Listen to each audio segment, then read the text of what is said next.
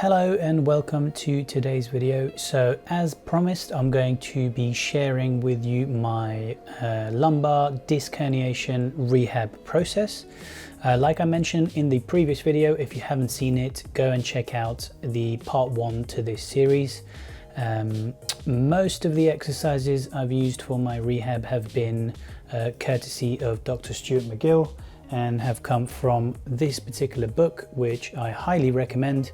It's called Back Mechanic by Dr. Stuart McGill, and in this book he takes you through how to assess your pain triggers and how to go about starting your rehab process essentially.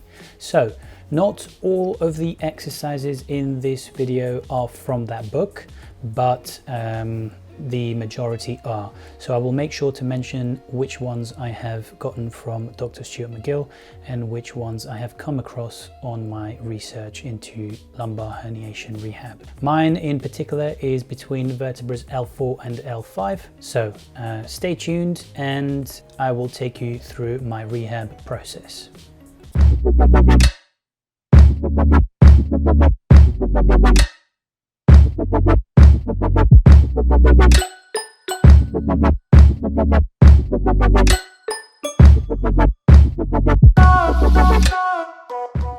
So first of all, I had to come up with ways of getting on and off my bed without bending my lower back forward. So no lumbar spinal flexion, because my herniation was a posterior herniation. So any bending forward would cause me to get shooting pains down my leg.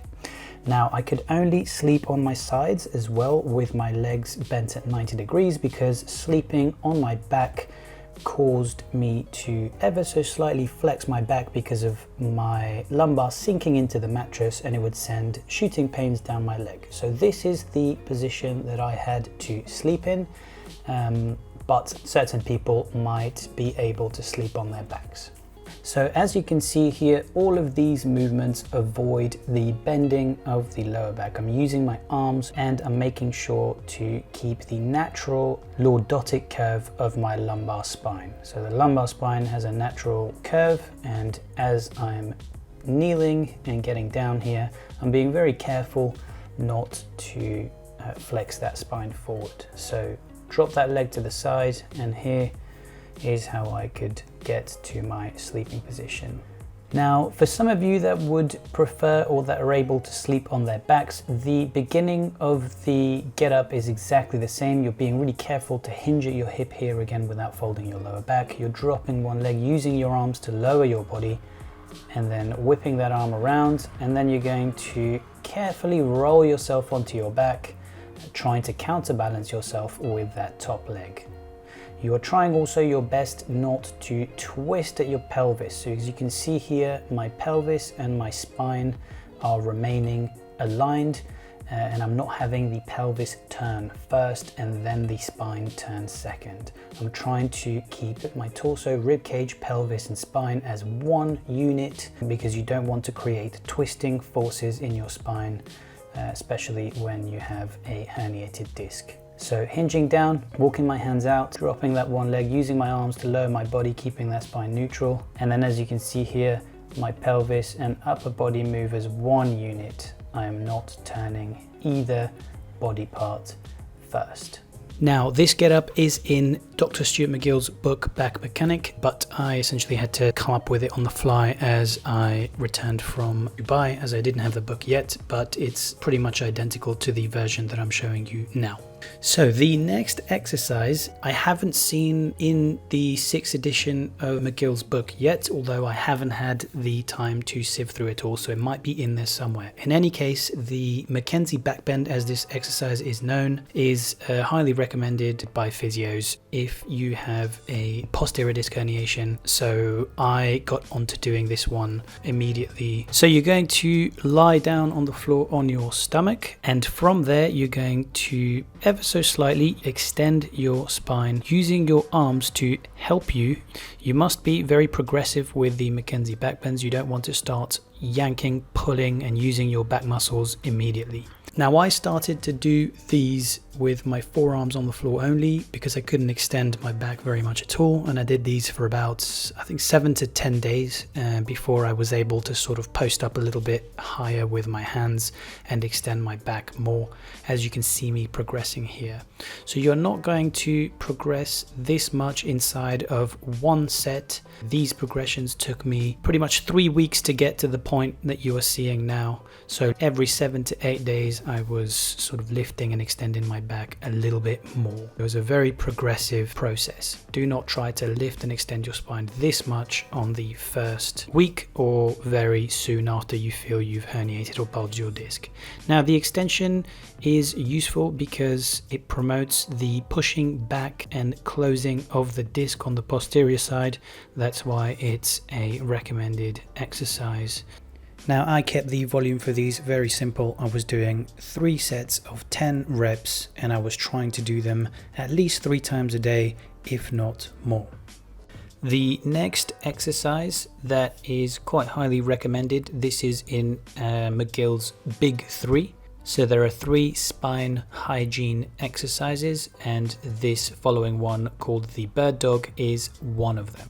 So to get into this, you're going to kneel down on all fours, making sure that your knees are below your hips and your wrists are below your shoulders. And then you are going to slide your knee backwards and try and lengthen the leg. So think about getting that heel towards the back of the room, not so much to lift the leg high. You don't really want to be creating any rotation at the pelvis. You want it to be completely neutral and locked in to that spine, so no twisting of the pelvis here. If this is quite easy, you can make it a little bit more challenging by lifting the contralateral arm and finding balance and stability inside of this position. So slide the leg back without turning the hip. As you can see here, I'm trying to keep my hip exactly where it is. The only part of my body that is moving is my leg, my femur and my hand. There is no movement coming from the spine. The Birddog volume that I was doing was 3 sets of 10 leg lifts on each leg. The next exercise we're going to be looking at is going to be the shortstop squat, and this is going to allow us to get on and off chairs, pick stuff up and change levels. As you perform these, make sure you stiffen your core and your back. To brace your core, you're going to breathe into the stomach muscles and then tense all of the abdominal wall. So you're going to start with your feet shoulder width apart and you're going to have your hands on your thighs, neutral spine. From here, you're going to slide your hands down your leg and your hips are going to draw back. Think of directing your bum back behind you until you reach the top of your kneecaps with your hand. Try and maintain the natural pain-free curve of the spine, so do not round your back. As you can see here, I have my natural lumbar curve and my spine is not rounding. And you can help this by pulling the shoulder blades down and feel the big lat muscles, the muscles underneath your armpits supporting you as you slide yourself down. You will then think of reversing the motion by keeping your core braced. Instead of lifting with your back, think of using your bum muscles to push your hips through. The motion should occur at the hips and only drive them through. To summarize, focus on pulling the hips and the bum back during the descent and then pushing the hips through on the ascent. All the while you're keeping your core stable, braced and your natural neutral spine. The knees shouldn't really travel too far in front of the toes. As you can see here, my knees are staying in line with the middle of my foot. Once you get the hang of the shortstop squat with the hand slide, you are going to hold that position and if you can, try and remove the hands from the knees in order to find the stability and stiffness. So as the hand finishes sliding just above the kneecap, you are going to hold that position and if you can, try and remove the hands from the knees in order to find the stability and stiffness. Now, in order to pick up objects off the floor, we're going to need to get a bit more depth and a bit lower in the shortstop squat. So you're going to start the exact same way, and then you will carry on trying to hinge at the hip as much as you can without rounding the back, and you will reach down to the floor with your arms. It might be the case that if the object is really low, you will have to bend your knees and drop your hips further, as you can see me doing here, in order to pick the object up. As always, when you're picking something up from the floor, keep the object really close to your center of mass, so do not start trying to pick stuff up that is far away. So make sure if you need to pick something heavy up, get yourself close to the object before you pick it up, right above it, and then you are going to be picking it up with your leg muscles, not with your back muscles. So think of keeping your core braced, squat down, reach for the object, bend the knees if you need to get a bit more depth, and then engage your quads and use your glute muscles, your big bum muscles, to push the hips through as you unhinge from your hips and straighten your back, using your big glute muscles to do most of the lifting.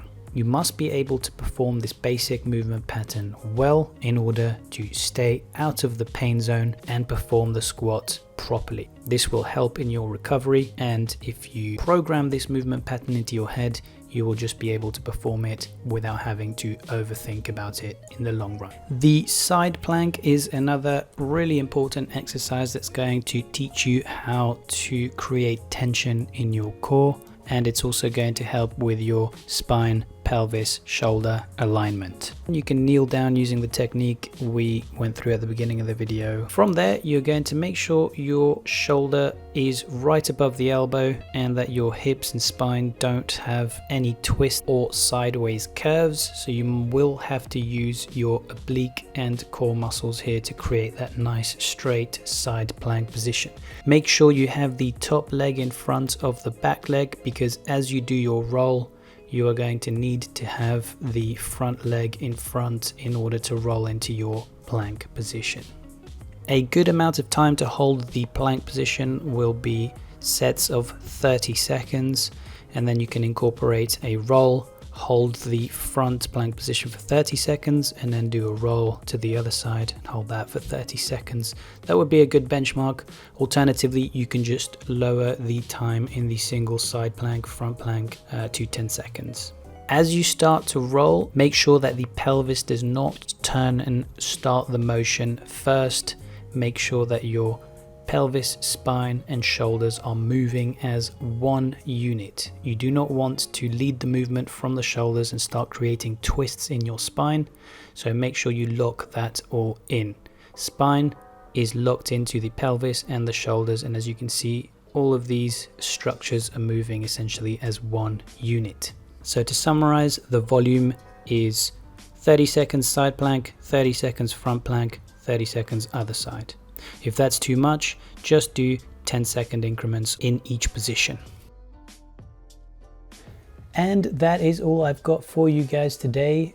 If you enjoyed the video, please do give it a like, and if you want to stay up to date with my next uploads, hit the subscribe and the bell button. I'm going to be uploading 2 videos a week this whole year. The videos are going to be covering movement, flexibility, mobility, and all things training. So do stay tuned. If you enjoyed this one, I've got lots more coming up for you this year. That's all I've got for you guys on this one. See you in the next one.